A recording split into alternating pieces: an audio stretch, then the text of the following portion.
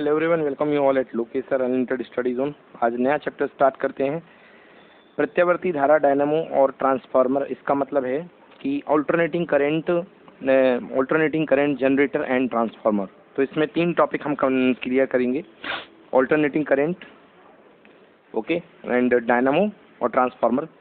तीनों चीज़ इसमें हम क्लियर करते जाएंगे। चलिए पहला क्वेश्चन देखते हैं। हिंदी और इंग्लिश दोनों में ही एक्सप्लेन करूंगा बारी बारी से। पहला क्वेश्चन कह रहा है, क्वेश्चन किसी 50 हर्ट्ज आवृत्ति की प्रत्यावर्ती धारा का वर्ग माध्य मूल मान 10 एम्पियर है, तो प्रत्यावर्ती धारा को शून्य से अधिकतम मान तक पहुंचने में लगा समय तथा अधिकतम मान क्या होगा। चलिए क्वेश्चन नंबर 1 एक्सप्लेन करता हूँ। क्या कह रहा है क्वेश्चन नंबर 1? कह रहा है कोई 50 हर्ट्ज फ्रिक्वेंसी की करंट है, तो फ्रिक्वेंसी 50 हर्ट्ज है, ओके, एसी है। 50 हर्ट्ज है तो एसी होगी, क्योंकि डीसी की फ्रिक्वेंसी तो 0 होती है। अब कह रहा है इसका जो आरएमएस वैल्यू है, रूट मीन स्क्वायर वैल्यू, वो कितनी है? 10 एम्पियर है ना। तो अब कह रहा है कि बताइए कि करंट को 0 से मैक्सिमम तक जाने में लगा समय कितना होगा। यहाँ तक जाने में लगा समय कितना होगा। तो आपको पता होना चाहिए कि 0 से मैक्सिमम तक जाने में लगा समय जो होता है वो होता है T/4, क्योंकि देखो एक कंप्लीट साइकिल कितने का होता है? T का होता है।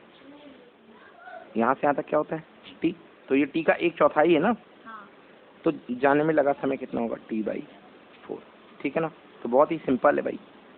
सब इन लोगों ने मैक्सिमम वैल्यू बोली है, तो बच्चों आप याद कर लो हमेशा फॉर्मूला। सबसे पहला फॉर्मूला है IRMS = I0/√2। ये होता है फॉर्मूला, IRMS = I0/√2, पहला फॉर्मूला। तो I0 = IRMS ×√2। IRMS गिवन है 10 एम्पियर, मल्टीप्लाई बाई √2 की वैल्यू 1.414। तो सॉल्व कर देंगे तो आंसर आएगा 14.14, पहला आंसर एम्पियर। अब टाइम पूछ रहा है तो T/4, तो T/4 के लिए फ्रीक्वेंसी गिवन है ना। तो फ्रीक्वेंसी जानते हो जब गिवन है आपको, तो 1/टाइम करके फ्रीक्वेंसी इक्वल टू होती है 1/टाइम, तो टाइम इक्वल टू हो गया 1/फ्रीक्वेंसी। तो 1/50 ये टाइम हो गया। और इसका 4 पार्ट करना है, तो 4 तो यहाँ भी आएगा, 4 तो यहाँ आएगा, 4 यानी 1/200। समझ में आया? 1/200। इसको सॉल्व कर लो, आंसर आएगा 5 × 10⁻³ सेकेंड। तो ये टाइम लगेगा। आया समझ में? तो 0 से अधिकतम तक जाने में लगा समय होगा 5 × 10⁻³ सेकेंड। क्लियर बच्चों? यहाँ तो आपको आरएमएस वैल्यू मिली है। एवरेज वैल्यू हाफ साइकिल की लिख लो बच्चों।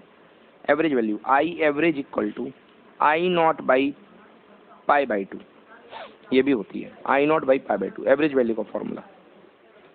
ये 2 फॉर्मूले। Next question number 2।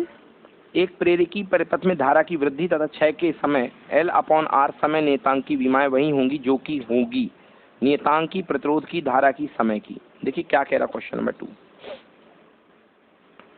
बेटा मैंने आपको LR सर्किट पढ़ाया था कि LR सर्किट में जो करंट होती है वो समय के साथ साथ बढ़ती जाती है। I0 = I/1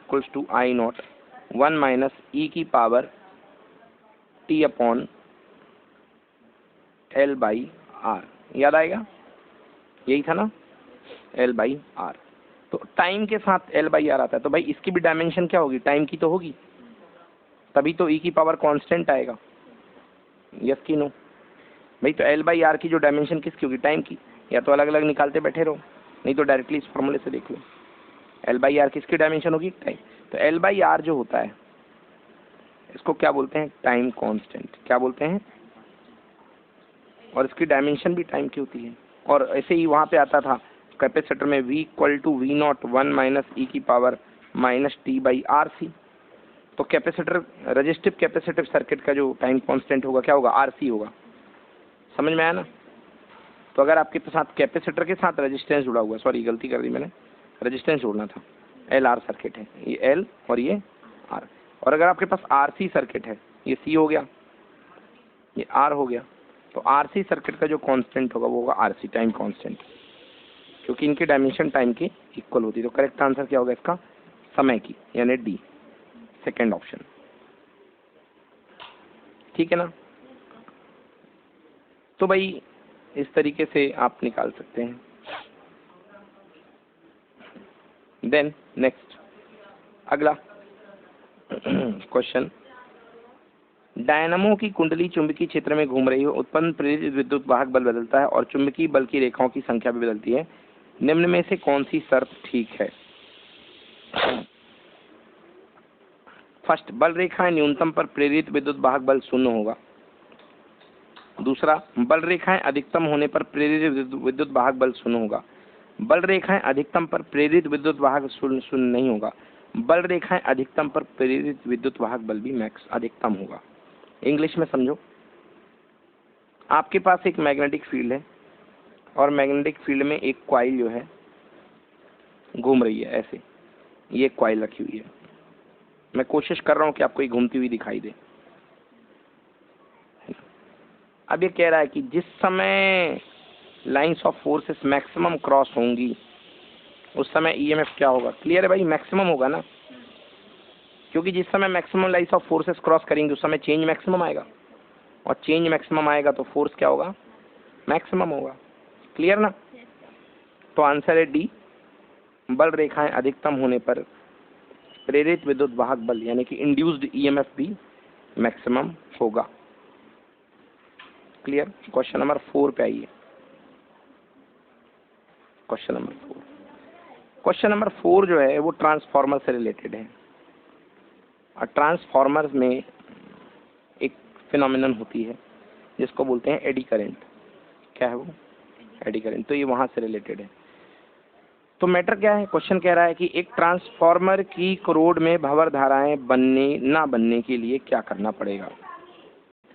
अगर आप चाहते हैं कि एक ट्रांसफार्मर है उसकी कोर में एडी करंट ना बने तो आपको क्या करना पड़ेगा? ये ट्रांसफार्मर की कोर होती है ऐसी,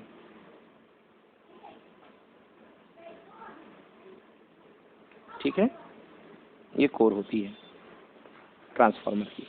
आप भाई एडी करंट कब बनती है? जब करंट को, जब चेंजिंग मैग्नेटिक फ्लक्स को अपने वहीं पर सेट होने का पाथ मिल जाता है, तभी बनती है एडी करंट। आपको क्या करना है कि ये इसको पाथ ना मिले, तो पाथ ना मिलने के लिए आप कोर को काट दो, पट्टियां पट्टियों में काट दो। इसको क्या बोलते हैं? Laminated core. क्या बोलते हैं? तो क्या करना पड़ेगा अगर आप चाहते हैं एडी करंट ना बने? तो इसलिए कोर को आपको क्या करना पड़ेगा? Laminated core. समझ में आया? हिंदी में लैमिनेशन को बोलते हैं पटलित करना। क्या करना? पटलित। तो लैमिनेट करना पड़ेगा कोर को। तो 4 ऑप्शन देखिए। द्वितीय कुंडली में फेरों की संख्या बहुत ज़्यादा कर दो, मतलब सेकेंडरी कॉइल में ज़्यादा फेरे कर दो, कोई इम्पैक्ट नहीं करेगा। सेकेंड क्या? पटलित कोर लेकर। हाँ ये करेक्ट है भाई। लैमिनेटेड कोर ले लो आप, तो लैमिनेटेड कोर लोगे तो फ्लक्स को रास्ता नहीं मिलेगा। समझ गए ना? फ्लक्स को रास्ता नहीं मिलेगा, रेजिस्टेंस बढ़ जाएगा, करंट कम हो जाएगी। क्लियर हो गया? इस तरीके से एडी करंट्स, भंवर धाराएं मतलब एडी करंट्स कम हो जाएंगी इस तरीके से। Any problem? Next is question number 5। Question number 5, एक प्रजनक, प्रजनक मतलब जनरेटर है ना। क्वेश्चन है, एक प्रजनक विभव उत्पन्न करता है जिसे कि V = 240 sin 120 volt 120 t volt से दिखाया जाता है। आवृत्ति और 1 वर्ग माध्य मूल मान का विभव। बहुत ही बेसिक क्वेश्चन है, अल्ट्रा बेसिक क्वेश्चन। भाई वोल्टेज क्या दिया गया है टाइम के साथ? VT लिख लो, टाइम वेरिंग वोल्टेज। VT = दिया गया है 240 sin 120 t। इसका जो फॉर्मेट होता है इक्वेशन का वो होता है VT = V0 sin ω t। ये तो याद होगा सबको, V0 sin ω t। अब भैया क्या कह रहा है इसमें? बोल रहा है mean, root mean square voltage VRMS = V0/√2। तो VRMS V0/√2। V0 कितना दिख रहा है? 240/√2। 240/√2। बेटा सॉल्व कर लो, आंसर आएगा 170 वोल्ट। क्लियर? अब साथ में क्या कह रहा है? ये क्या मांग रहा है? और कुछ और मांग रहा था ना, कुछ और भी मांग रहा है, फ्रीक्वेंसी भी मांगी इसने। यस, तो ओमेगा कितना? 120 है। कंपेयर करो, omega equal to 120 and omega you all know omega equal to क्या होता है 2 पाई एफ इक्वल टू 120, तो f equal to 120/2 pi. Solve कर लो, सॉल्व करने पे आएगा 19 हर्ट्ज के आसपास। क्लियर हुआ? ये हो गया। चलिए next question, question number 5 done. Question number 6, दो अलग अलग प्रत्यावर्ती परपथों में समान धारा बह रही है। पहले परपथ में सिर्फ प्रेरकत्व है, दूसरे परपथ में सिर्फ संधारित्र है। यदि प्रेरित विद्युत वाहक बल की आवृत्ति बढ़ा दी जाए तो धारा के मान पर क्या प्रभाव पड़ेगा? चलो भाई, क्या बढ़ेगी घटेगी क्या होगा, इंग्लिश में समझो। बेटा दो सर्किट हैं आपके पास, एक में प्योर इंडक्टर है और एक में प्योर कैपेसिटर है। बोलो यस। अब कह रहा है कि फ्रीक्वेंसी अगर बढ़ा दी जाए, पहले दोनों की फ्रीक्वेंसी थी एफ, मान लो सिंगल फ्रीक्वेंसी एफ थी, इसमें कोई सोर्स लगा था, दोनों की फ्रीक्वेंसी एफ थी। अब फ्रीक्वेंसी इसकी भी बढ़ा करके कर दी गई F1, मतलब F1 ग्रेटर देन F, इसकी भी F1 ग्रेटर देन F। तो बताना है कि क्या फर्क पड़ेगा करंट पर, आई। अपन जानते हैं कि भाई एसी सर्किट में प्योर है तो I is equal to applied voltage EMF upon resistance. तो एक में आएगा XL और एक में आएगा XC। भाई इंडक्टर वाले में आएगा I V अपॉन XL और कैपेसिटर वाले में आएगा V अपॉन XC। बोलो हाँ। अब XL क्या होता है? XL equal to omega L और IC equal to V upon XC क्या होता है? 1/ओमेगा C। तो ओमेगा खुद के ऊपर आ जाएगा ओमेगा C, यहाँ पे 1 बचेगा। अब कह रहा फ्रिक्वेंसी बढ़ाने का, तो देखो इसमें तो फ्रिक्वेंसी बढ़ाओगे इंडक्टर में तो करंट घटेगी और इसमें फ्रिक्वेंसी बढ़ाओगे तो करंट बढ़ेगी। मतलब कैपेसिटर में करंट इंक्रीज होगी और इंडक्टर में करंट डिक्रीज होगी। समझ गए ना? तो फर्स्ट सर्किट में करंट बढ़ेगी और सेकेंड सर्किट जो कैपेसिटर वाला है उसमें करंट इंक्रीज होगी। तो करेक्ट ऑप्शन डी है इसका, चेक कर लीजिए, है ना। फर्स्ट में सर्किट में करंट घटेगी, कम हो जाएगी और दूसरे में बढ़ जाएगी। Question number 6 done. Question number 7, एक प्रेरकत्व L और प्रतिरोध R एक बैटरी से जोड़े गए हैं। थोड़े समय के पश्चात बैटरी अलग कर दी जाती है किंतु L और R बंद परपथों में जुड़े रहते हैं, तब धारा घटकर अपने मूल मान की 37% हो जाएगी। ओके, 37% हो जाएगी। आइए जी बच्चों, क्या कह रहा है क्वेश्चन, पहले इंग्लिश में देखो। क्वेश्चन नंबर 7, एक इंडक्टर है और एक रजिस्टर है, ये है, ठीक है ना। ये बैटरी से जुड़े हुए हैं। ओहो एसी, भाई एसी चल रहा है ना, एसी से जुड़े हुए हैं, बैटरी से जोड़े गए हैं, ठीक है। वेल यहाँ एसी तो कहा नहीं है, बैटरी बोला गया है, तो बैटरी है तो मुझे डीसी ही लगानी पड़ेगी। प्लस माइनस लगा दी। कह रहा थोड़े समय के पश्चात बैटरी अलग कर दी जाती है, थोड़े समय के पश्चात बैटरी अलग कर दी जाती है। देखो बेटा क्या होगा, जैसे ही तुम ये इसके अंदर करंट जाएगी तो ये क्या हो जाएगा, मैग्नेटाइज हो जाएगा। क्या हो जाएगा? मैग्नेटाइज। और ये मैग्नेटाइज होने के बाद इंडक्टर जो होता है self as a current source के जैसे काम करता है। किसके जैसे? जैसे कैपेसिटर वोल्टेज सोर्स के जैसे काम करता है, चार्ज हो जाता है, ऐसे ये करंट के सोर्स के जैसे काम करता है, क्योंकि ये मैग्नेटाइज हो जाता है। क्या हो जाता है? मैग्नेटाइज। एक पोल में नॉर्थ बन जाता है, एक पोल में साउथ बन जाता है, ठीक है ना। चार्ज ये पूरा मैग्नेटाइज हो गया। अब कह रहा है इसके बाद दूसरे स्टेप में आपने बैटरी हटा दी है, तो केवल इंडक्टर और ये रेजिस्टेंस और केवल इस सर्किट को क्लोज कर दिया। मतलब इंडक्टर अपने दम पे इस सर्किट के अंदर कोई ना कोई करंट फ्लो करेगा और जो मैग्नेटाइज हुआ था वो मैग्नेटाइज डीमैग्नेटाइज होगा, खत्म हो जाएगा, ठीक है ना। अब कह रहा है इस समय जो पहले करंट आई थी, अब ऐसा करने के बाद बैटरी हटाने के बाद आई जो है कम हो करके अपनी मेन वैल्यू का 37% यानी आई इंटू 37/100 हो रही है। 100 हो रही है, 37% हो रही है। तो आपको बताना है कि कितने सेकंड में, यानी आपको टाइम फाइंड करना है। क्या फाइंड करना है? टाइम फाइंड करना है। समझ गए ना? रटने की बात मैं आपको बता दूं कि कभी ऐसी सिचुएशन है तो करंट जो होती है बेटा, ये वन टाइम कांस्टेंट में अपनी मेन वैल्यू का 63% लॉस करके वन टाइम कांस्टेंट में कितने परसेंट पे आ जाती है?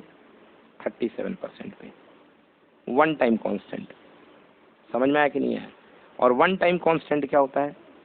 टाउ मान लो इक्वल टू क्या पढ़ा है मैंने? R by L. यही पढ़ा था कि L by R, L by R, L by R. समझ में आया? तो सेवेंथ का आंसर सी होना चाहिए। बिल्कुल सही है, सी ही है। बट इसको अब मैं और एक्सप्लेन, तो पहले मैं बता दूं आपको कि 37% अगर वैल्यू बचती है ना, 37% बचती है तो वो वन टाइम कांस्टेंट का टाइम लगता है। कितना टाइम लगता है? हाँ, वन टाइम कांस्टेंट में वैल्यू 37% बचती है। Any problem?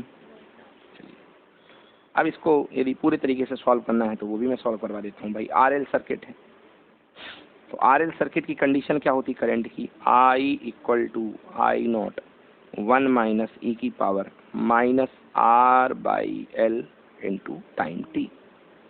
बोलिए यस भाई, सॉल्व कर लो इसको।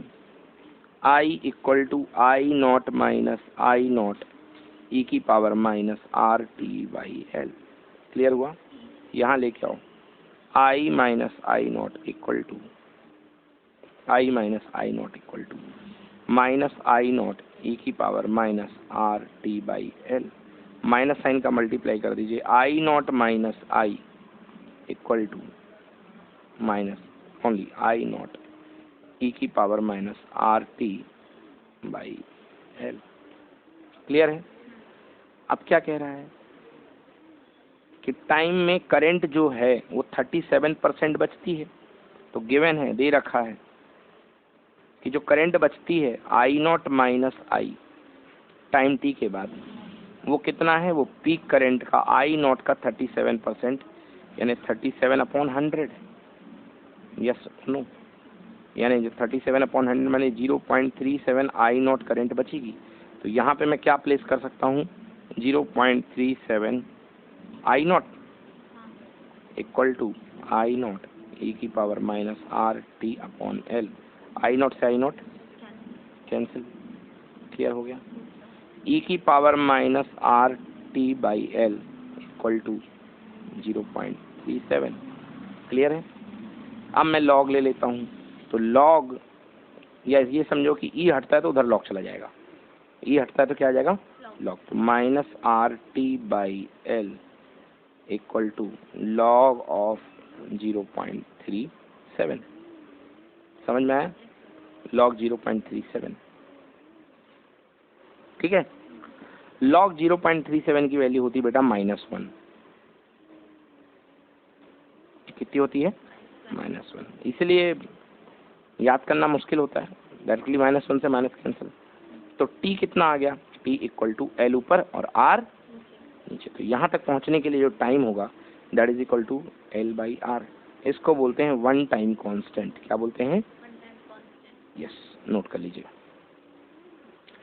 नेक्स्ट अगला क्वेश्चन ट्रांसफार्मर से है। तो ट्रांसफार्मर में पहले आपको पढ़ा दूं कि ट्रांसफार्मर में जो फॉर्मूला लगता है वो होता है E secondary upon E primary, जिसको E2 अपॉन E1 भी बोलते हैं, equal to N secondary upon N primary. ठीक है ना?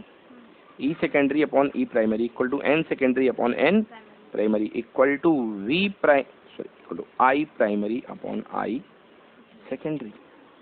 और इसी को हम बोलते हैं transformation ratio K, transfer ratio K. Clear हुआ? चलिए स्टार्ट करते हैं। क्वेश्चन नंबर 7 हो गया। क्वेश्चन नंबर 8, 220 वोल्ट की लाइन से जुड़े ट्रांसफार्मर का निर्गत 11,000 वोल्ट पर 2 एम्पियर है, दक्षता 100% है, लाइन से आती हुई धारा है। देखो भाई क्या कह रहा क्वेश्चन। क्वेश्चन नंबर 8 है। ये एक ट्रांसफार्मर बना लो, सॉरी बेटा, ये ट्रांसफार्मर बना ले बेटा। ये प्राइमरी वाइंडिंग, ये सेकेंडरी वाइंडिंग। दो वाइंडिंग होती हैं। कह रहा है इनपुट वोल्टेज 220 वोल्ट है। लो भाई 220 वोल्ट पे इनपुट फीडिंग हुई है, इनपुट फीडिंग हुई है 220 वोल्ट पे। कोई ना कोई करंट I1 होगी, इनपुट करंट। ये इनपुट वोल्टेज है V1, ठीक है ना। ES, इसी को VS अपॉन V प्राइमरी बोलते हैं। दूसरा यहाँ पे जो वोल्टेज मिल रहा है बेटा, output voltage, step up transformer है, 11,000 वोल्ट का तगड़ा वोल्टेज मिल रहा है, 11,000 वोल्ट का तगड़ा वोल्टेज, 11,000 वोल्ट। करंट दे रखी है यहाँ पे I2 2 एम्पियर की, ये दे रखी है, आपको कह रहा है। और साथ में कह रहा है दक्षता 100%, मतलब एफिशिएंसी 100% है, एफिशिएंसी दे रखी है 100%। अब भैया करंट निकालनी है। अरे एफिशिएंसी तो देखे कंफ्यूज कर रहा है, 100% efficiency. Okay okay, efficiency equal to 100%, नहीं काम है, एफिशिएंसी आएगी काम में। देखिए एफिशिएंसी इक्वल टू 100%। एफिशिएंसी क्या होती है भाई, eta equal to output power upon input power, है ना। Eta in percentage, eta in percentage equal to output power into input power. तो 100 equal to P out upon P in, और percentage बदलने के लिए 100 का मल्टीप्लाई करना पड़ता है, तो 100 का मल्टीप्लाई, ये कैंसिल हो गया, कैंसिल हो गया। यानी P इनपुट और P आउटपुट बराबर है, तभी तो एफिशिएंसी बराबर है। यानी output power equal to input power P input, P output power equal to V secondary I secondary equal to V primary I primary. Yes और नो, इनपुट पावर। चलिए रूल बना लीजिए बेटा, V secondary upon V primary equal to I primary upon I secondary, वही तो ऊपर लिखा था। सही है, सब कुछ समझ में आ रहा है, बहुत अच्छी बात है। V secondary 11,000, V primary 220, I primary पता नहीं, I सेकेंडरी 2 एम्पियर, 2 से कितने बार, 11 बार। I1 इक्वल टू 1100/11, कितना हो गया भैया, 100 ampere current. I1 equal to 100 ampere. समझ में आया। मतलब ट्रांसफार्मर में जिस तरफ वोल्टेज हाई होता है उस तरफ करंट लो होती है, और जिस तरफ वोल्टेज लो होता है उस तरफ करंट हाई होती है। क्वेश्चन नंबर 9 देखिए अगला। तो इसमें आंसर कितना आएगा भाई, 100 एम्पियर। इसका आंसर है 100 एम्पियर। 8th का हो गया, ठीक है। अब क्वेश्चन नंबर 9 देखते हैं। क्वेश्चन नंबर 9 क्या कह रहा है। एक प्रेरक का प्रेरकत्व 0.7 हेनरी है, उसके साथ समांतर में 120 वोल्ट का AC लगाया गया है, उसकी आवृत्ति 60 हर्ट्ज है, तो प्रेरक में प्रसारित होने वाली धारा का मूल्य बताइए। सिंपल है। कुल मिला के क्या कह रहा क्वेश्चन बच्चों, एक इंडक्टर है L मान लो, इसका जो इंडक्टेंस दिया गया वो दिया गया 0.7 हेनरी, और उसके साथ पैरेलल में एक वोल्टेज लगाया गया 120 वोल्ट AC है 120 वोल्ट का।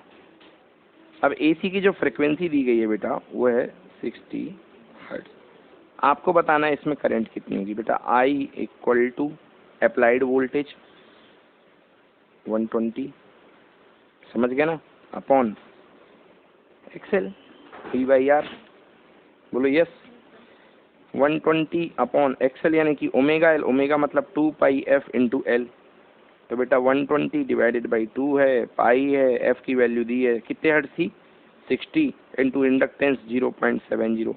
सॉल्व कर लो बेटा, आंसर आएगा 0.455 एम्पियर की करंट चलेगी इसमें से।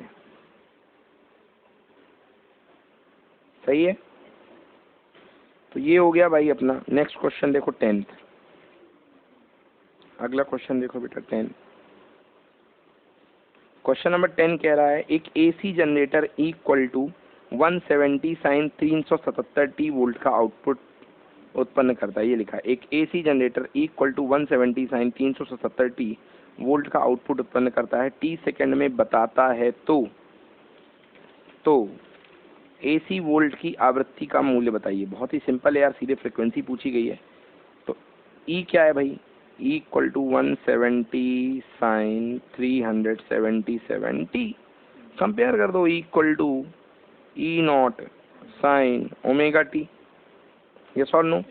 तो ओमेगा इक्वल टू कितना है भाई 377, ओमेगा में होता है 2 और पाई और f, 2 pi f equal to कितना 377। तो आपसे क्या पूछा गया? आपसे एफ पूछा गया, फ्रिक्वेंसी, ठीक है ना। तो फ्रिक्वेंसी निकालने के लिए आप इसको डिवाइड कर दो, एफ इक्वल टू 377/2 पाई। तो 377/2 पाई कर दो, तो चलो इसको डिवाइड करो, आपकी फ्रिक्वेंसी आ जाएगी।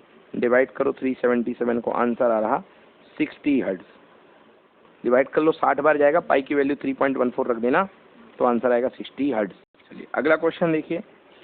एल आर परिपथ में बढ़ते हुए प्रवाह की स्थिति में प्रवाह का मूल्य यानी rate of flow of current निकालने के लिए, फ्लो ऑफ चार्ज निकालने के लिए क्या सूत्र होगा? भाई सिंपल है, मैंने बता दिया है। I equals to I naught 1 minus e की पावर माइनस क्या होता है आर टी बाई एल, है ना। तो इसका करेक्ट आंसर कौन सा है? बी दिख रहा है, तो B is the correct answer. Directly formula ही याद कर लो, आप लोग कई बार बता चुका। चलिए next question, question number 12। Transformer की कार्य क्षमता अधिकतम होगी, मतलब efficiency of the transformer will be maximum when first, transformer का एक ही भाग गति में नहीं रहता, एक ही भाग, वह अधिकतम वोल्ट उत्पन्न करता है, वह न्यूनतम वोल्ट उत्पन्न करता है, वह उपरोक्त में से कोई नहीं। तो बच्चों इतना क्लियर क्वेश्चन नहीं है ये, इन लोगों ने एफिशिएंसी पूछी और उटपटांग छुटपटांग लॉजिक्स दिए हैं कि ट्रांसफार्मर की कार्य क्षमता अधिकतम होगी यानी एफिशिएंसी मैक्सिमम होगी।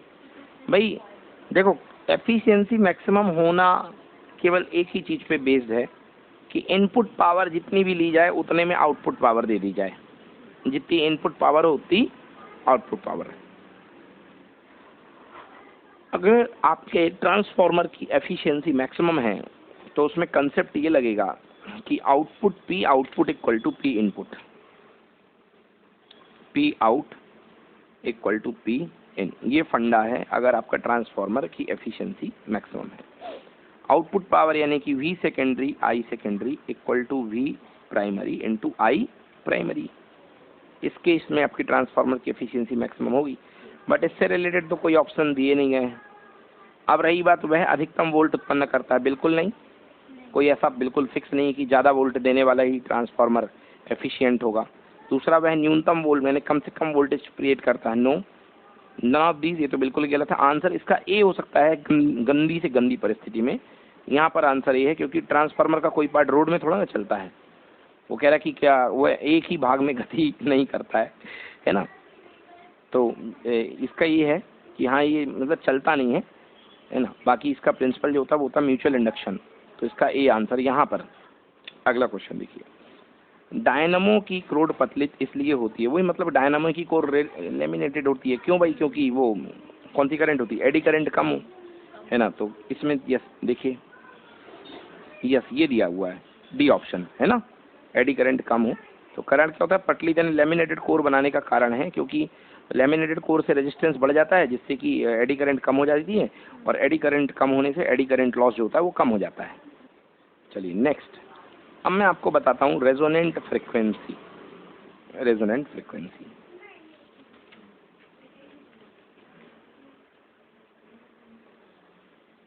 आपको पता है एलसीआर सर्किट में रेजोनेंस पाया जाता है, ये एल होता है, ये सी होता है और ये आर होता है। इसी में सीरीज रेजोनेंस की कंडीशन पाई जाती है। सीरीज रेजोनेंस की कंडीशन पे करंट जो होती है मैक्सिमम होती है। करंट क्या होती है? मैक्सिमम। और जो आई का फॉर्मूला होता है यहाँ पे, आई जो होती है यहाँ पे होती है V upon under root R square plus XL minus XC का होल स्क्वायर। भाई आई मैक्सिमम कब होगी? जब ये इम्पीडेंस कम होगा। इम्पीडेंस कम होगा जब ये टर्म क्या हो जाएगा? जीरो। क्या हो जाएगा? जीरो। तो इम्पीडेंस कम होने के लिए एक्सएल माइनस एक्सी बराबर जीरो, यानी XL equal to XC. XL मतलब ओमेगा एल और एक्सी मतलब 1/ओमेगा सी। ओमेगा ओमेगा चला गया ऊपर, omega square equal to L C. तो ओमेगा इक्वल टू हो गया 1 upon under root L C. Omega को क्या लिखता है friend? 2 pi f. 2 pi f equal to 1 upon under root L C. So f equals to 1 upon 2 pi under root L C. बेटा इसको बोलते हैं रेजोनेंस। क्या बोलते हैं इसको? रेजोनेंस। ये है रेजोनेंस कंडीशन, रेजोनेंस फ्रिक्वेंसी, इसी को बोलते हैं रेजोनेटिंग फ्रिक्वेंसी। देखिए ध्यान से, ये केवल किस पे डिपेंड कर रही है, एल पे और सी पे, एल पे और सी पे, और किसी चीज़ पे डिपेंड नहीं करती है। मतलब रेजोनेंट फ्रिक्वेंसी आप एल और सी में वेरिएशन करके एडजस्ट कर सकते हो, इंडक्टर में और कैपेसिटर में। वैसे क्या होता मतलब, ये फ्रिक्वेंसी वो फ्रिक्वेंसी होती है जिस पर करंट मैक्सिमम होगी। यहाँ पे जो सोर्स लगा है ना, उसकी फ्रिक्वेंसी अगर आपको बदलने को मिल जाए ट्यूनर से, तो वो फ्रिक्वेंसी होगी जिस पर करंट क्या हो जाएगी, मैक्सिमम, है ना। और इसका कर्व ऐसा आता है, करंट एक समय मैक्सिमम होती है, उसके आगे पीछे कम हो जाती है। तो इस पॉइंट पर जो फ्रिक्वेंसी होती है that is called resonating frequency. Clear हुआ। तो ये सीरीज एलसीआर सर्किट का पोर्शन है। अब आइए क्वेश्चन देखते हैं। Question number 14। 10 ओम प्रतिरोध 5 मिली हेनरी कुंडली तथा 10 ओम संधारित्र को श्रेणी क्रम में जोड़ा गया है। यह संयोग जब उचित आवृत्ति के प्रत्यावर्ती धारा स्रोत से जोड़ दिया जाता है तो परिपथ में अनुनाद की स्थिति उत्पन्न हो जाती है। यदि प्रतिरोध आधा कर दिया जाए तो अनुनादी आवृत्ति। भाई क्या कह रहा है क्वेश्चन, क्वेश्चन कह रहा है कि एक रेजिस्टेंस है आपके पास 10 ओम है भाई है, 5 मिली हेनरी की एक कॉइल है, हेनरी की एक कॉइल है, और 10 माइक्रोफैरड का आपका क्या है, कैपेसिटर है। इसको जोड़ दिया आपने, ये जोड़ दिया। अब कह रहा है कि इसको, अब इसकी रेजोनेंस फ्रीक्वेंसी क्या होगी, F = 1/2 pi under root LC। अब कह रहा है यदि रेजिस्टेंस आधा कर दिया जाए, 10 का आधा कर दिया जाए 5, तो बताइए कि रेजोनेटिंग फ्रीक्वेंसी में क्या फ़र्क पड़ेगा। आंसर नो फर्क, क्योंकि रेजिस्टेंस तो कहीं आ ही नहीं रहा ना फार्मूले में, तो रेजोनेटिंग फ्रीक्वेंसी में कोई फर्क नहीं पड़ेगा। तो आंसर क्या होगा, सी, अपरिवर्तित यानी अनचेंज। कल बच्चों मैंने आपको सेल्फ इंडक्टेंस और म्यूचुअल इंडक्टेंस के फॉर्मूले पढ़ाए थे, एक बार फिर से सेल्फ इंडक्टेंस के फॉर्मूले आपको रिपीट कर देता हूँ। Mu not an square L × A, याद आया, mu not an square L × A, ये था, ठीक है ना। इसको और ज़्यादा लिखते थे कई बार नंबर ऑफ टर्म्स के टर्म में, L = mu not an square यानी कि कैपिटल N का स्क्वायर अपॉन L का स्क्वायर इंटू L × A, तो एक L से एक L कैंसिल हो जाएगा, तो L = mu not an square A upon कितना L, जब नंबर ऑफ टर्म्स दिए हों, और ये number of terms per unit length, ठीक है ना। म्यूचुअल इंडक्टेंस का formula mu naught N1 N square की जगह एक N1 N2 L × A, ये होता है म्यूचुअल इंडक्टेंस का formula, N1 N2 L × A। इसमें क्या हो रहा था, N स्क्वायर आ रहा था क्योंकि एक ही कॉइल थी, अब इसमें दो कॉइल है तो उसके ही फेरे N1 N2 L × A, ये है म्यूचुअल इंडक्टेंस का फॉर्मूला। तो क्वेश्चन है अगला क्वेश्चन देखिए भैया, 15वां नंबर क्वेश्चन 15। भाई जो ट्रांसफार्मर होता है वो किस पे काम करता है, म्यूचुअल इंडक्टेंस पे। किस पे काम करता है, म्यूचुअल, क्योंकि दो कॉइल होती हैं, एक प्राइमरी एक सेकेंडरी। नो, हाँ ले जाओ, ठीक है, एक प्राइमरी होती है एक सेकेंडरी होती है, दो कॉइल होती हैं, और दो कॉइल थ्योरी पे ट्रांसफार्मर म्यूचुअल इंडक्टेंस पे काम करता है। ओके, देखिए क्वेश्चन, एक ट्रांसफार्मर की प्राथमिक तथा द्वितीयक कुंडली में फेरों की संख्या क्रमशः 5 और 10 है तथा ट्रांसफार्मर का अन्योन्य प्रेरकत्व 2500। यदि ट्रांसफार्मर की प्राथमिक तथा द्वितीयक कुंडली में फेरों की संख्या 10 और 5 कर दी जाए तो ट्रांसफार्मर का नया अन्योन्य प्रेरकत्व क्या होगा। भाई क्या कह रहा है कि शुरुआत में कोई ट्रांसफार्मर है, उसकी प्राइमरी कॉइल में N1 टर्न्स थे और इसमें कितने थे, N2।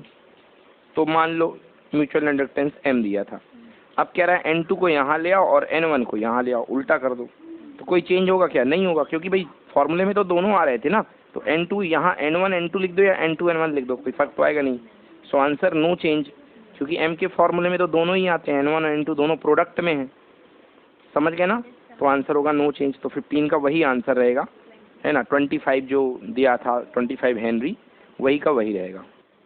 चलिए जी बच्चों, क्वेश्चन नंबर 16 देखा जाए क्या कह रहा है। क्वेश्चन नंबर 16, 10 हेनरी प्रेरकत्व की आदर्श कुंडली को 5 ओम प्रतिरोध तथा 5 वोल्ट बैटरी के श्रेणी क्रम में जोड़ा गया है। जोड़ने के 2 सेकंड बाद धारा का मान एम्पियर में क्या होगा। ओके भाई, क्या एक सिस्टम कह रहा है इंग्लिश में क्वेश्चन नंबर 16 कह रहा है कि एक 10 हेनरी की कॉइल है और एक रेजिस्टेंस है बेटा 5 ओम का, ठीक है ना।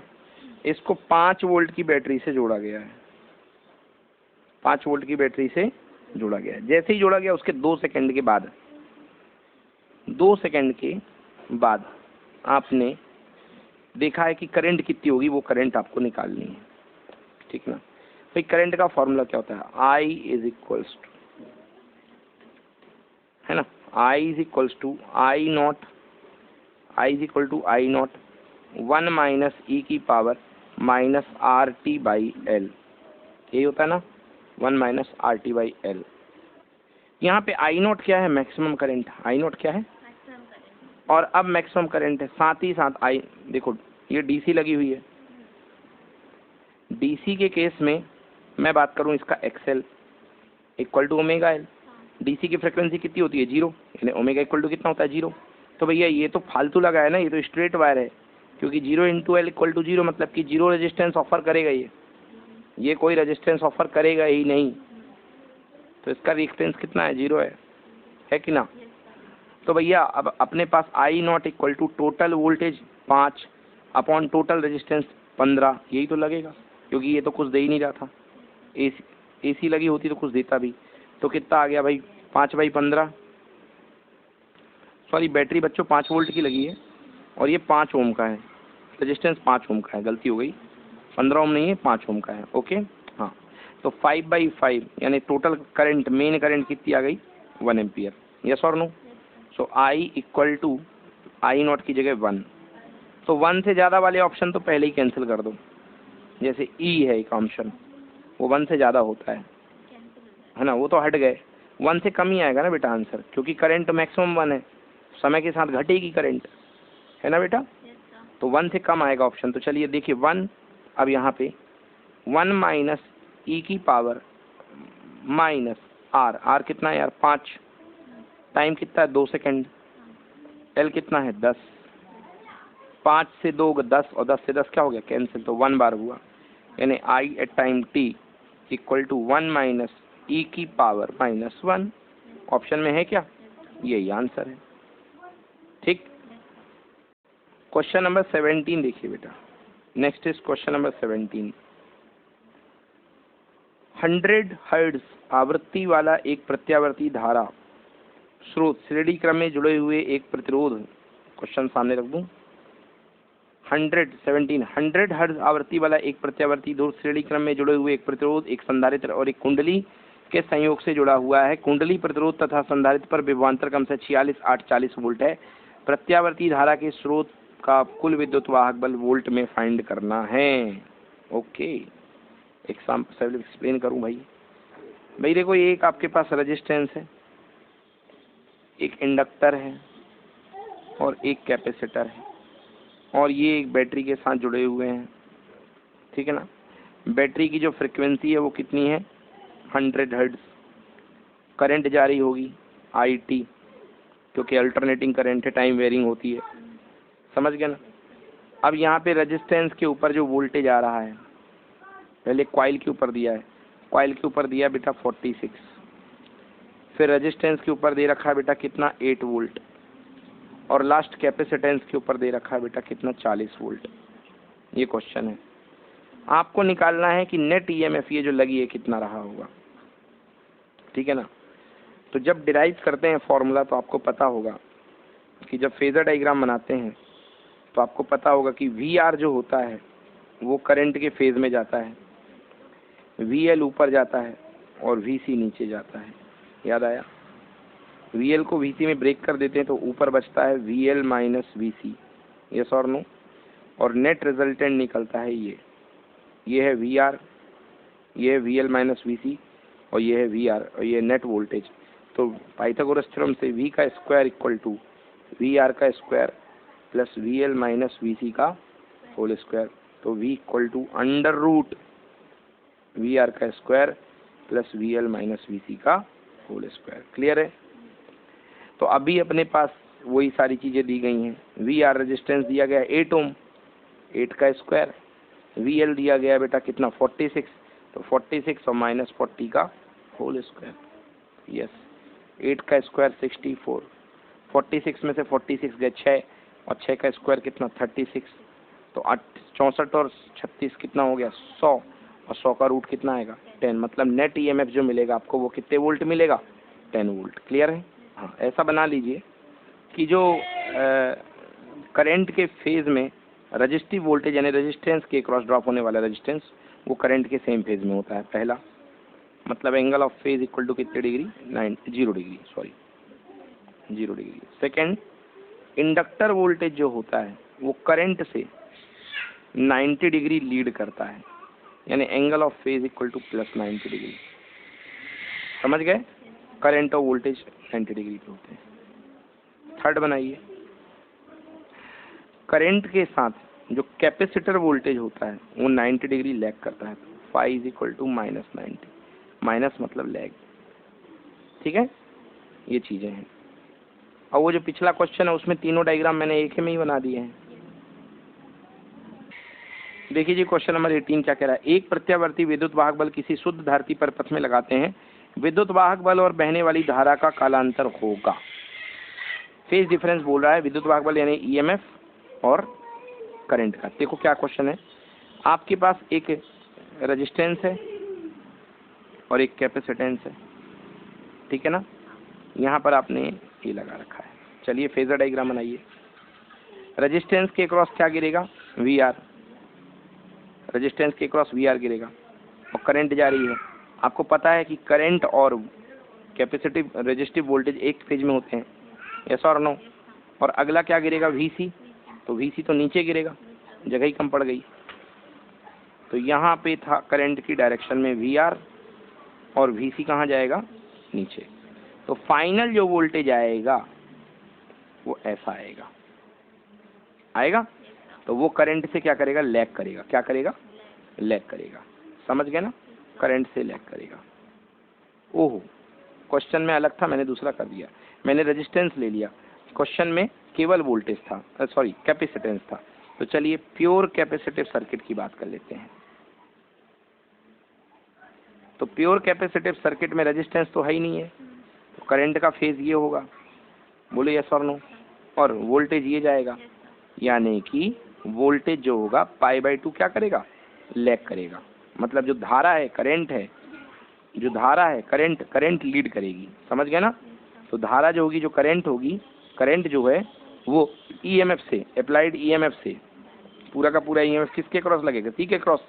तो अप्लाइड ईएमएफ से कितने, 90 डिग्री आगे होगी, करंट आगे होगी, वोल्टेज पीछे होगा। तो चेक करिए ऑप्शन में, करंट आगे। अगर रेजिस्टेंस होता सर्किट में तो ये होता, ठीक है ना। उस समय आप फाई निकाल सकते हो, क्यों, ये वीसी है और क्या है, वी आर है। तो 10 phi equal to perpendicular upon base VC upon V R.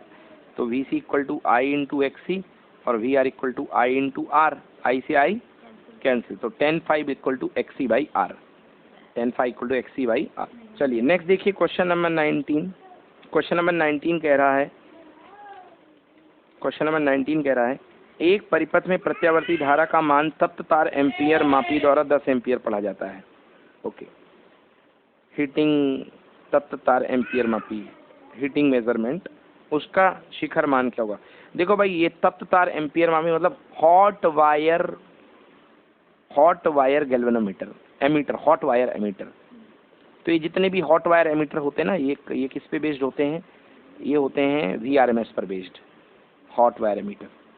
तो कुल मिलाकर के ये VRMS दी गई है, IRMS, करंट की IRMS वैल्यू दी गई है। और आपसे क्या बोला गया है, इसका पीक वैल्यू। IRMS कितनी दी गई, 10 एम्पियर। तो लिखो IRMS इक्वल टू 10 एम्पियर, लिखो IRMS इक्वल टू 10 एम्पियर। और मैंने पहला क्वेश्चन पढ़ाया था आपको रिलेशन, कि IRMS इक्वल टू क्या होता है, I0/√2, VRMS equal to V0/√2, IRMS equal to I0/2। ये 10 हो जाएगा, √2 मल्टीप्लाई हो जाएगा, यहाँ क्या आएगा I0। तो 10 और √2 की वैल्यू क्या होती है, 1.414 इक्वल टू I0। तो आंसर कितना आ गया, एक डेसिमल आगे चल गया, 14.14 I0। तो आंसर देखो 14.14 एम्पियर। सी ऑप्शन बैठा हुआ है, चेक कर लो, आंसर बिल्कुल सही है, 19 का सी करेक्ट है। चलिए नेक्स्ट क्वेश्चन देखिए 20। एक श्रेणी क्रम LCR परपथ में कोणीय आवृत्ति ओमेगा का प्रत्यावर्ती विद्युत वाहक बल लगा है, संपूर्ण प्रतिबाधा का मान होगा। क्या पूछ रहा है भाई, आपसे इम्पीडेंस पूछ रहा है LCR सर्किट का। LCR सर्किट का इम्पीडेंस, ये R लगा दो, ये L लगा दो और ये C लगा दो। आपसे इम्पीडेंस पूछ रहा है, तो ये भाई क्या है, R कितना लेगा, अपने पास R ही लेगा। ये क्या लेगा, XL, और ये क्या लेगा, XC। यस और नो। तो आपको पता है Z इम्पीडेंस इक्वल्स टू होता है √2 एक्सएल आर का square plus XL minus XC का होल स्क्वायर, यही होता है ना। Z impedance equal to R square plus XL minus XC का होल स्क्वायर। तो हमको ओमेगा की फॉर्म में आंसर लाना है, तो आर स्क्वायर प्लस एक्सएल क्या होता है यार, ओमेगा एल, और एक्सी क्या होता है 1/ओमेगा सी का होल स्क्वायर। तो देख लो भाई, बहुत ही सिंपल क्वेश्चन है, अंडर रूट लगा दो और, है ना, एक्सएल ओमेगा एल माइनस 1/ओमेगा सी का होल स्क्वायर। जो आपको आंसर दिया हुआ है वो है R square plus omega L minus 1/ओमेगा सी का होल स्क्वायर की होल पावर 1/2। चेक कर सकते हैं आप, है ना, होल पावर 1/2। तो करेक्ट आंसर क्या है, बी है इसका। करेक्ट आंसर क्या है, बी की फॉर्म में इसमें आंसर दिया है। चलिए जी, नेक्स्ट क्वेश्चन नंबर 21 पे आइए। क्वेश्चन नंबर 21, एक एलआर परिपथ में एल का मान 0.4/पाई हेनरी और आर का मान 30 ओम है। परिपथ में 200 वोल्ट 50 साइकिल के प्रति सेकंड की प्रत्यावर्ती धारा विद्युत वाहक बल लगा हो, तो परिपथ की प्रतिबाधा और धारा का मान क्या होगा। भाई देखो क्या सर्किट दे रखा है, ये एल है, ये आर है, ये लगा हुआ है, इसके साथ कितना वोल्ट लगा है, 200 वोल्ट। 200 वोल्ट मेन सप्लाई लगी हुई है, ओके, और 50 साइकिल यानी 50 हर्ट्ज की फ्रीक्वेंसी लगी हुई है। आपसे क्या बोला गया, आपसे बोला गया है कि टोटल रेजिस्टेंस बताइए और करंट बताइए। आइए टोटल रेजिस्टेंस बताते हैं।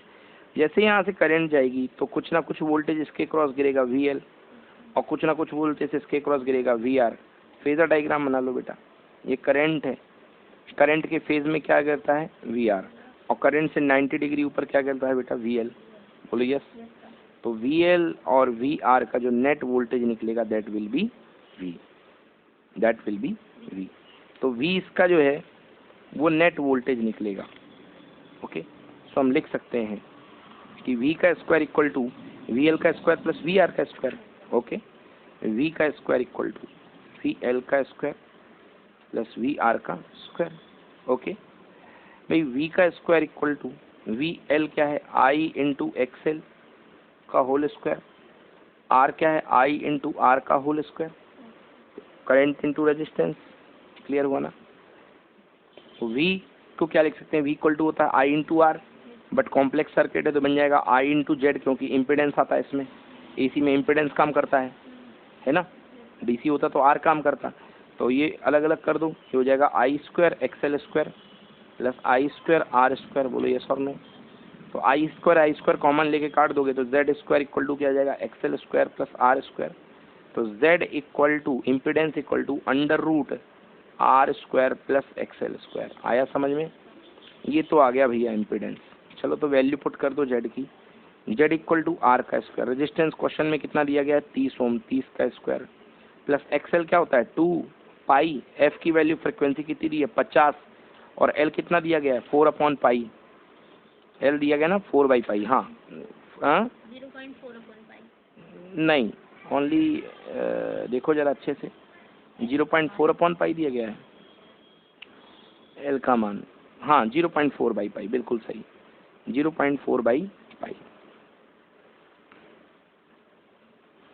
उसको सही कर लो, वो 0.4/पाई नहीं है, एक्चुअली वो 4/पाई है ओनली, ओके।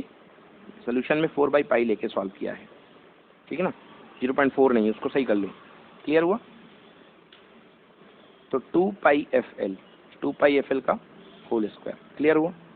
पाई से पाई काट दो, पाई से पाई आपने काट दिया, ठीक है ना, पाई से पाई आपने काट दिया, सॉरी ये पाई था, ये था पाई, ओके। Z इक्वल्स टू 30 का स्क्वायर कितना होगा 900, ठीक है।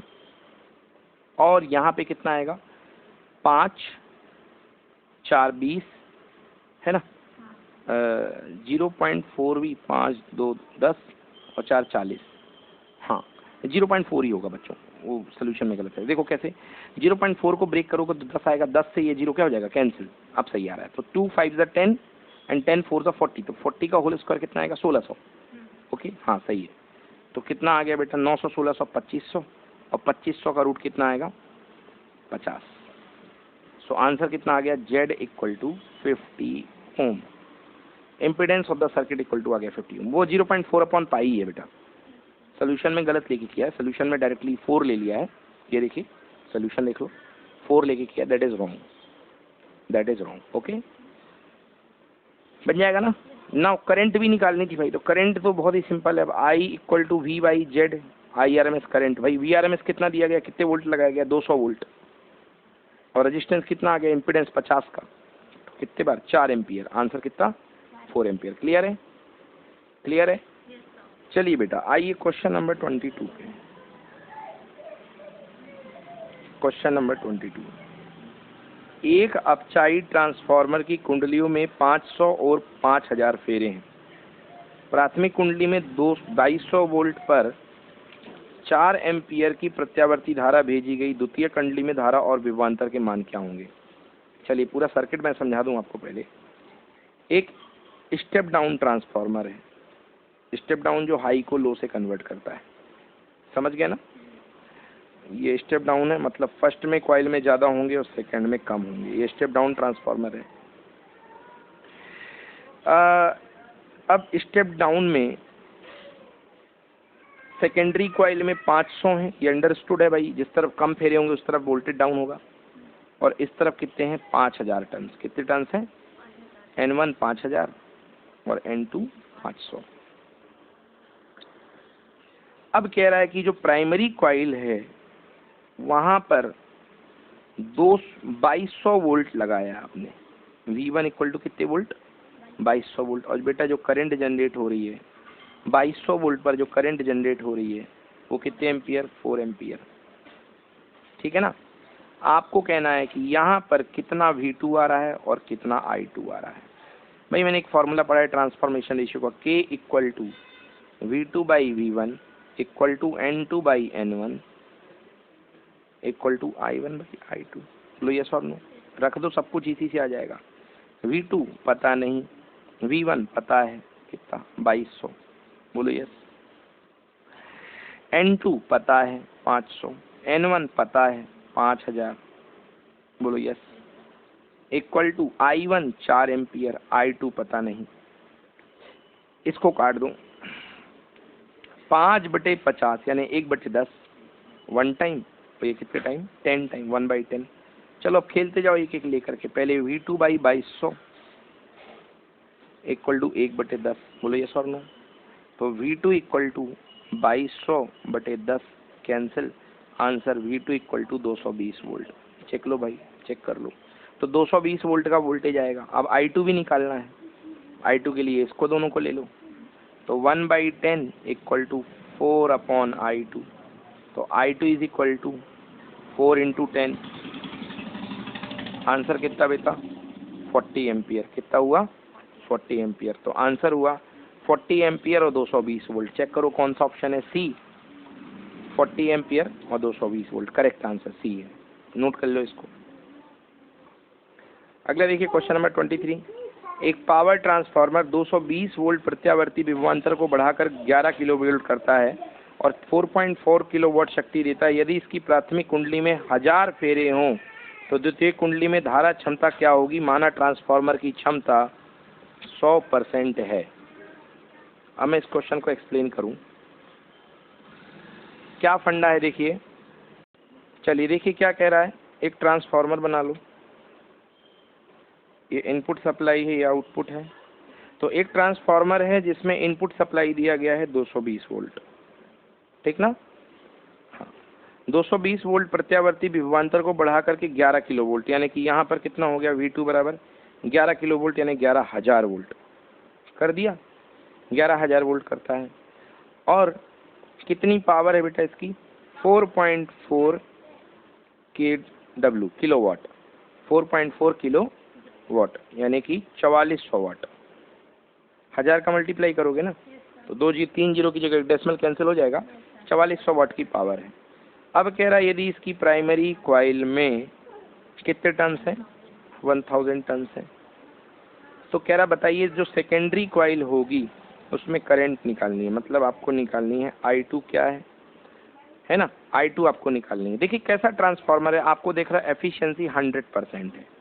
100% मतलब P input equal to P output, बोलो यस और नो। यानी V1 I1 equal to V2 I2। भाई अपने पास V1 और V2 है, तो V2 upon V1 equal to I1 upon I2। ठीक है ना। प्रॉब्लम ये है, हमें इस तरफ की जो करंट है वो पता नहीं है, तो ये जो formula is equal to V1I1 equal to V2 I2 equal to power, ये इसी से सॉल्व हो जाएगा, इक्वल टू पावर, क्योंकि ये भी तो पावर ही है ना। तो सेकेंडरी साइड में देखो V2 कितना दिया गया है, 11,000। बोलो यस और नो। V2 कितना है, 11,000। सेकेंडरी साइड का जो V2 है वो कितना है, 11,000। यस और नो। I2 पता नहीं, और V इंटू आई क्या होती है, पावर। पावर तो 4.4 किलोवाट है ना, और दोनों तरफ की पावर सेम है क्योंकि आइडियल ट्रांसफार्मर है। तो भैया 4.4 यानी 4400, 2 जीरो से 2 जीरो कैंसिल, तो I2 इक्वल टू 44 अपॉन कितना, 110। 11 से 4 बार गए तो I2 बराबर 0.4 एम्पियर। देखो भाई करंट है क्या इतनी, 0.4 ऑप्शन में है, बिल्कुल है, बी ऑप्शन करेक्ट है, 0.4 एम्पियर। क्वेश्चन नंबर 24 देखिए, एक उच्चाई ट्रांसफार्मर को 220 वोल्ट की एसी लाइन से जोड़ देने पर एक नियॉन साइन को प्रकाशित करने के लिए द्वितीय कुंडली में 22 किलो वोल्टता प्राप्त होती है। इसे प्राथमिक परिपथ में एक फ्यूज तार लगाए जो द्वितीय कुंडली में विद्युत धारा 10 मिली एम्पियर से अधिक होने पर उड़ जाता है। ट्रांसफार्मर के फेरों का अनुपात क्या, फेरों की संख्या का अनुपात होगा। चलो भाई क्वेश्चन एक्सप्लेन करूँ मैं, क्या है। एक ट्रांसफार्मर है, क्वेश्चन नंबर 24 डाल लो। एक ट्रांसफार्मर है, बॉक्स बना लिया, 220 वोल्ट की लाइन एसी है, यानी कि V1 बराबर कितना है, 220 वोल्ट। ठीक है ना। 220 को ये बढ़ा करके 22 kV यानी जो V2 फेंकता है वो कितना है, 22,000 वोल्ट। 22,000 वोल्ट। अब यहाँ पर जो करंट जा रही है I2 सेकेंडरी कॉइल में, वो कह रहा है कि 22,000 वोल्ट पर जो करंट है वो है 10 मिली एम्पियर। कितने मिली एम्पियर, 10 मिली एम्पियर। आपको बताना है कि टर्न रेशियो कितना होगा। तो आप जानते हो टर्न रेशियो होता है N2 upon N1, and N2 upon N1 equal to कितना होता है, V2 बाई V1। तो भैया V2 पता है 22,000 और V1 पता है कितना, 220। 0 से 0, 22 से 22 कैंसिल, एक बार तो 100 ही तो बचा।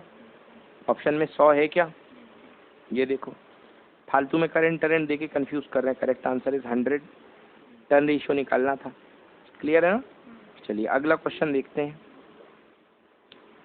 यदि C और L क्रमशः धारिता और प्रेरकत्व के प्रदर्शित मात्रक हैं तो LC के मात्रक क्या होंगे, मतलब LC की यूनिट निकालनी है अपन को। ठीक है ना। चलिए देखते हैं क्या है भाई, इतना कठिन नहीं है कि C और L पूरा निकालो। एक फॉर्मूला हमारे पास होता है कि फ्रिक्वेंसी इक्वल टू होता है 1/2 पाई अंडर रूट LC। बोलो यस। तो under root LC equal to हो गया 1/2 पाई F। बोलो हाँ। हमको LC की चाहिए तो स्क्वायरिंग बोथ साइड कर दो तो LC हो जाएगा, इक्वल टू 1/2 का स्क्वायर 4 पाई का पाई स्क्वायर और F का स्क्वायर कितना, F का स्क्वायर। 1/F स्क्वायर क्या हो जाएगा, T स्क्वायर, क्योंकि 1 फ्रिक्वेंसी क्या होता है, T। तो ये हो गया LC। अब 4 T अपॉन 4 पाई स्क्वायर। अब डायमेंशन फार्मूला लिखना है तो T स्क्वायर का मास तो है नहीं ऊपर, m की पावर 0, लेंथ नहीं है L की पावर 0, T का स्क्वायर, 4 पाई कांस्टेंट है, कोई डायमेंशन होती नहीं है। तो आंसर क्या हुआ, M0 L0 T का स्क्वायर। LC का डायमेंशन फार्मूला चेक करिए बच्चों, है क्या, बिल्कुल है, ए ऑप्शन इज करेक्ट। ठीक है। अगला क्वेश्चन देखिए। अगला क्वेश्चन है, LR परिपथ में समय नियतांक उस समय के बराबर होता है जिसमें धारा का मान शून्य से बढ़ करके, मैंने बताया था ना 63.7% हो जाता है। क्लियर हुआ ना, 63%। देखिए ये ग्राफ था, इंडक्टर जब चार्ज होता है तो ऐसे होता है, इस तरीके से, समझ गए ना। मैक्सिमम करंट कितनी आ जाती है चार्जिंग के बाद, I0, समझ गए ना। तो वन टाइम कांस्टेंट वो टाइम कांस्टेंट होता है, ये वन टाइम कांस्टेंट है, समझ गए ना। तो यहाँ जो इंडक्टर में जो करंट सेट हो जाती है वो कितनी हो जाती थी, नहीं 37 पॉइंट कम रहती थी। तो 61 माइनस 37% माइनस करोगे तो कितना बचेगा, 63%। समझ गए ना। तो करंट हो कितनी जाती थी 63%, यानी 0.63 ऑफ आई नॉट। तो ये करंट अगर आई नॉट है तो यहाँ तक करंट कितनी होगी 0.63 ऑफ आई नॉट, यानी 63% ऑफ आई नॉट। समझ गए ना, आई नॉट की 63% हो जाती थी। समझ गए ना, अगर कैपेसिटर चार्ज करते थे, जब इंडक्टर चार्ज करते थे। जब वापस डिस्चार्जिंग की बात करते थे, अगर डिस्चार्जिंग की बात करते थे, अभी तो क्या है बैटरी जोड़ोगे। अभी ये सीन क्या है कि आपने इसके साथ बैटरी जोड़ रखी है, समझ गए ना, आरएल सर्किट के साथ आपने बैटरी जोड़ रखी है, तो ये केस है। अगर आप बैटरी हटाओगे तो ये क्या होगा, डिस्चार्ज होगा। यहीं से आया था, एक हाईवी अमाउंट पे करंट थी, आई नॉट पे थी, फिर क्या होगा, ये डीमैग्नेटाइज होगा। बोलिए यस और नो। तो फिर ये डिस्चार्ज होते समय वन टाइम कांस्टेंट में 37% लॉस कर देगा। समझ गए ना। हाँ, तो बचेगा कितना, फिर वापस इसके पास कितनी करंट बचेगी भाई, 37% लॉस कर दिया ना, तो अभी कितनी बची 63% तो अभी भी बची है ना। समझ में आएगा ना। तो एक चार्जिंग का कंसेप्ट है, एक डिस्चार्जिंग या मैग्नेटाइजेशन का, डिमैग्नेटाइजेशन का कंसेप्ट है, ठीक है ना। तो भाई करंट कितनी बढ़ के हो जाती है वन टाइम पीरियड में 63% यानी 63 आई नॉट। तो आइए क्वेश्चन देखते हैं, क्वेश्चन क्या कह रहा है। एल आर परिपथ में समय नियतांक उस समय के बराबर है जिसमें धारा का मान शून्य से बढ़कर हो जाता है कितना, ए साफ दिख रहा है 63% यानी 0.63 आई नॉट। क्लियर हुआ ना, यस है ना। तो करंट जो होती है 63 आई नॉट हो जाती है, ठीक है ना।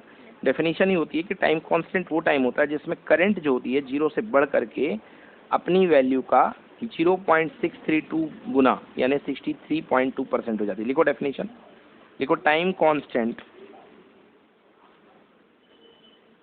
इज द टाइम इन विच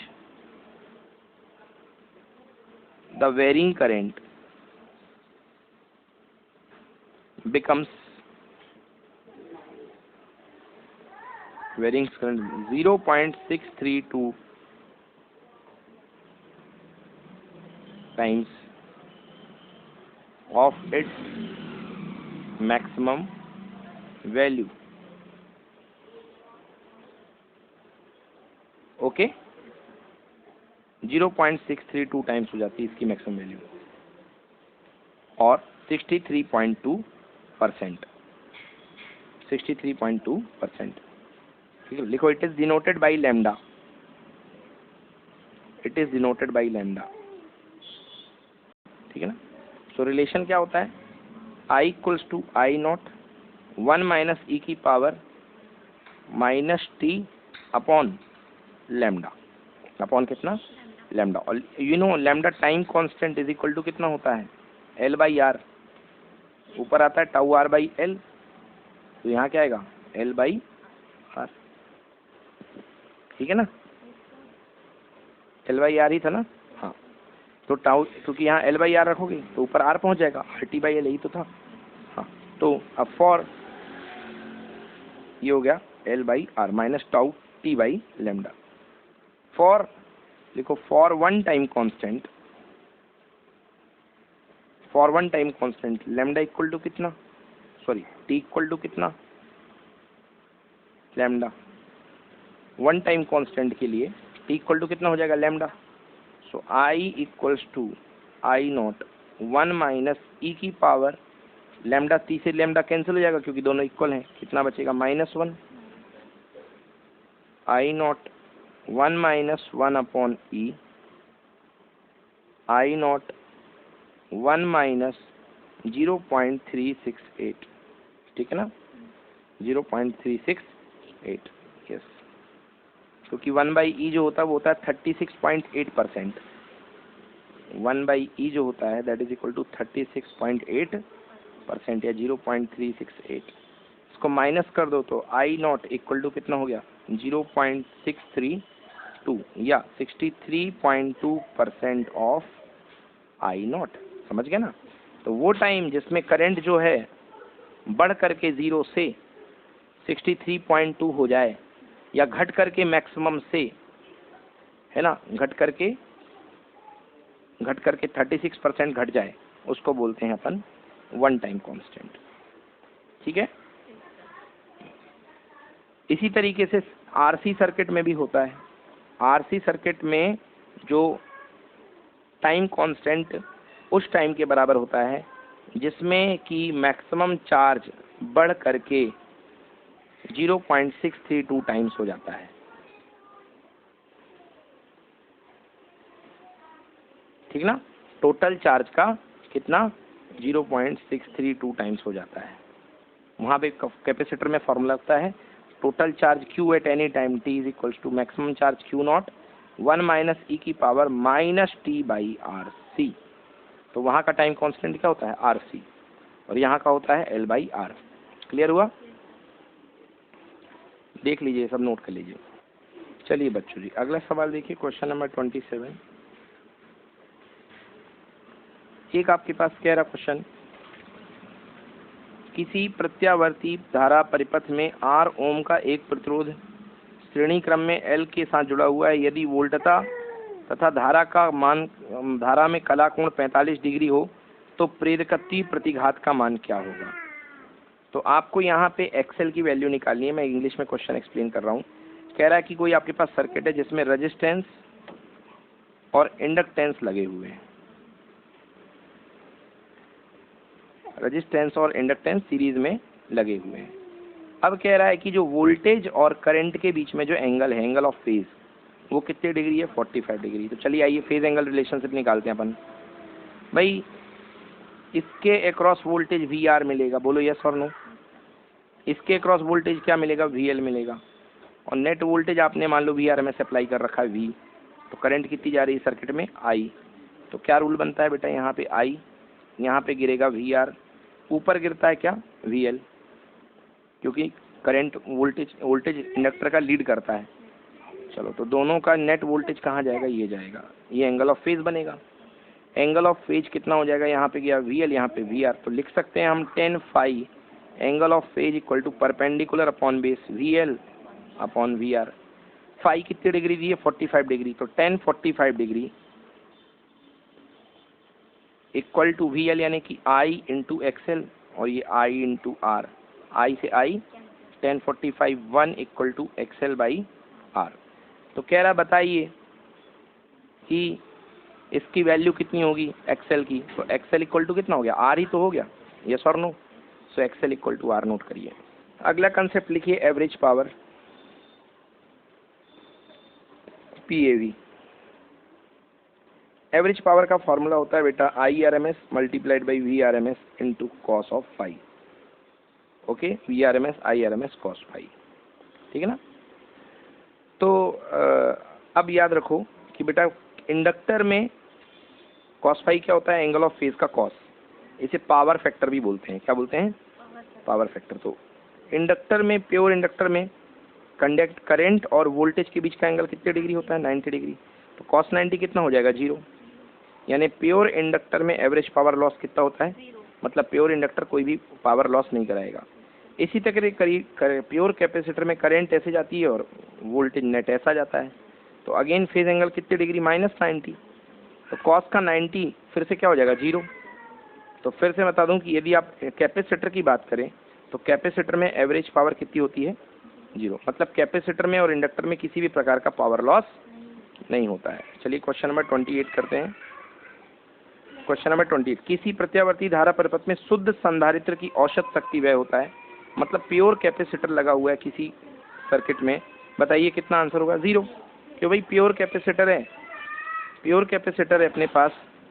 तो फॉर्मूला होता है प्योर कैपेसिटर का V naught I naught cos phi, phi equal to 90 degree है, तो आंसर कितना हो जाएगा 0। तो याद रखिएगा प्योर इंडक्टर और प्योर कैपेसिटर का जो होता है पावर लॉस होता है वो 0 होता है, ठीक है ना।